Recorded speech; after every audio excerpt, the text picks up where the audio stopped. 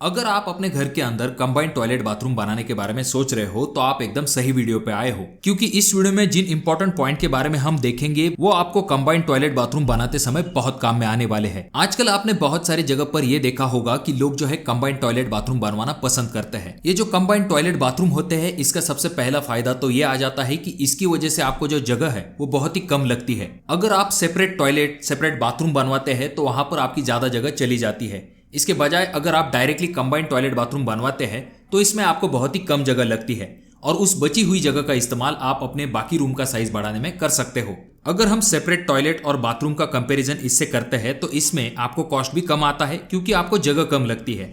और अगला फायदा यह आ जाता है कि आजकल आपने देखा होगा कि बहुत सारे फ्लैट में या फिर जो मॉडर्न घर है वहां पर ये जो कंबाइंड टॉयलेट बाथरूम है इनका इस्तेमाल किया जाता है। यानी कि ये जो कंबाइंड टॉयलेट बाथरूम है ये एक मॉडर्न लुक देने का काम भी करते हैं। और अगर आप चाहो तो किसी रूम को अटैच करके इन कंबाइंड टॉयलेट बाथरूम का आप इस्तेमाल कर सकते हो। और कुछ जगह पर तो ऐसा भी देखा जाता है कि टॉयलेट बाथरूम सेपरेट बनाया जाता है, पर आपका जो बाथरूम होता है वहां पर कमोड का इस्तेमाल किया जाता है और जो सेपरेट टॉयलेट होता है वहां पर इंडियन पैन का इस्तेमाल किया जाता है। अब ये सभी चीजें तो सही है, पर जहां तक बात आती है इन कंबाइंड टॉयलेट बाथरूम को बनाने की तो यहाँ पर स्पेस एक बहुत ही इंपॉर्टेंट चीज होती है। आपको इन टॉयलेट बाथरूम को बनवाते समय जगह के तरफ खास करके ध्यान देना पड़ता है। अगर आपने बहुत ही कम जगह में कंबाइंड टॉयलेट बाथरूम बनवा लिया तो आपको आगे चल के इस्तेमाल में बहुत ही दिक्कत हो सकती है। तो आज का ये जो वीडियो है यहाँ पर हम ये जानेंगे कि अगर आप कंबाइंड टॉयलेट बाथरूम बनवाने वाले हो तो आपको कम से कम कितनी जगह चाहिए होगी, जिससे कि आगे चल के आपको इन कंबाइंड टॉयलेट बाथरूम का इस्तेमाल करने में बहुत ही आसानी हो। तो अगर आप कंबाइंड टॉयलेट बाथरूम बनवाने वाले हो तो वहां पर 3 चीजों के लिए आपको जगह चाहिए होती है। सबसे पहली चीज जो कि आ जाता है आपका कमोड या फिर आपका टॉयलेट वाला एरिया, उसके बाद में आपका शावर वाला एरिया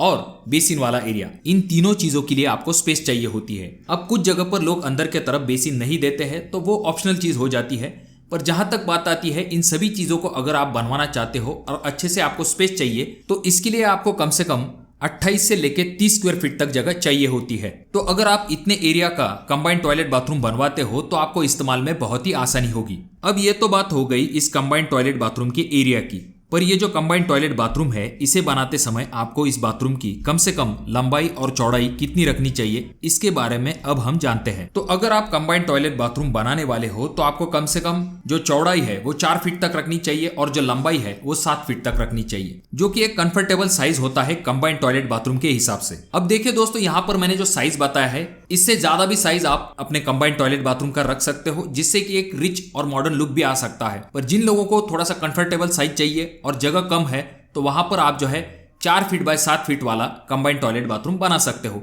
इससे फायदा यह होगा कि यहाँ पर आपका कंफर्टेबली जो कमोड है वो आ सकता है, शावर वाला एरिया आ सकता है। अगर आप अंदर बेसिन लगाना चाहते हो तो उसके लिए भी आपको सफिशिएंट स्पेस मिल जाता है। तो जितना पॉसिबल हो सकता है कम से कम आपको 4 फीट बाय 7 फीट वाले कंबाइंड टॉयलेट बाथरूम को बनाने की कोशिश करनी चाहिए। अगर आपके पास जगह बहुत ही कम है तो कुछ जगह पर ऐसा भी देखा जाता है कि लोग जो विड्थ है यानी कि जो चौड़ाई है वो 3.5 फीट तक कर लेते हैं।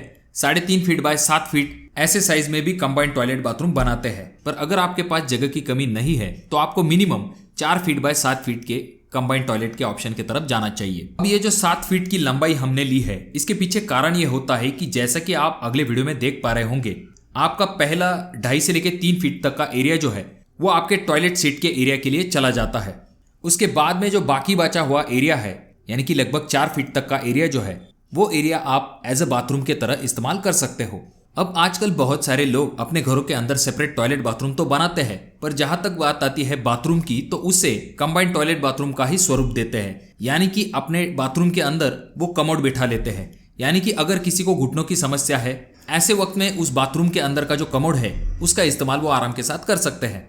अब अगला सवाल यह आ जाता है कि ये जो कंबाइंड टॉयलेट बाथरूम है इसके स्लैब की हाइट आखिर कितनी रखनी चाहिए। कुछ लोग जो है स्टोरेज के लिए यानी कि अपना सामान रखने के लिए इस कंबाइंड टॉयलेट बाथरूम की स्लैब की हाइट 7 फीट तक रख देते हैं। अब स्टोरेज के लिए इसका फायदा होता है पर इसके कुछ नुकसान भी होते हैं। अगर आप अपने स्लैब की हाइट 7 फीट तक रखते हो तो इसकी वजह से आपके बाथरूम का साइज जो है वो छोटा दिखाई देने लगता है। अगला नुकसान ये होता है कि जो इलेक्ट्रिकल इक्विपमेंट होते हैं जैसे कि आपका लाइट बल्ब जो है वो शावर एरिया के बहुत ही नजदीक आ सकता है। साथ में गीजर जैसी चीजों को फिट करने में भी दिक्कत होती है और गर्म पानी की वजह से जो भाप बनती है वो भी जल्दी बाहर नहीं जा पाती। और जब भी आप कंबाइंड टॉयलेट बाथरूम बनाने वाले हैं तो जो टाइल आप लगाओगे तो उसकी हाइट आपको कम से कम 7 फीट तक रखनी चाहिए। और ये जो टॉयलेट बाथरूम बनाए जाते हैं तो यहाँ पर आपको वेंटिलेशन के तरफ भी खास करके ध्यान देना चाहिए। तो वेंटिलेशन के लिए ये जो छोटा सा वेंटिलेटर होता है, यानी कि ये जो खिड़की आपको दिखाई दे रही है, इसका साइज आपको कम से कम 1.5 फीट बाय 2 फीट तक रखना चाहिए। और जब भी आप कंबाइंड टॉयलेट बाथरूम बनाए तो आपका लेआउट पहले फिक्स होना चाहिए। कहां पर आपका शावर एरिया आएगा, कहां पर आपका टॉयलेट सीट लगेगा, इन चीजों के बारे में पहले आप प्लान कीजिए। उसी हिसाब से आप जो है अपना कंबाइंड टॉयलेट बाथरूम बनाएं। तो दोस्तों, क्या आप अपने घर के अंदर कंबाइंड टॉयलेट बाथरूम बनाना पसंद करोगे? और अगर कंबाइंड टॉयलेट बाथरूम बनाओगे तो उसका साइज आप कितना रखना पसंद करोगे? इसके बारे में कमेंट बॉक्स में कमेंट जरूर कीजिए। अगर आप चाहते हो किसी पर्टिकुलर टॉपिक के रिलेटेड तो आप कमेंट बॉक्स में कमेंट कीजिए। आपकी कमेंट अगर इंटरेस्टिंग होती है तो उसके ऊपर हम वीडियो बनाने की जरूर कोशिश करते हैं।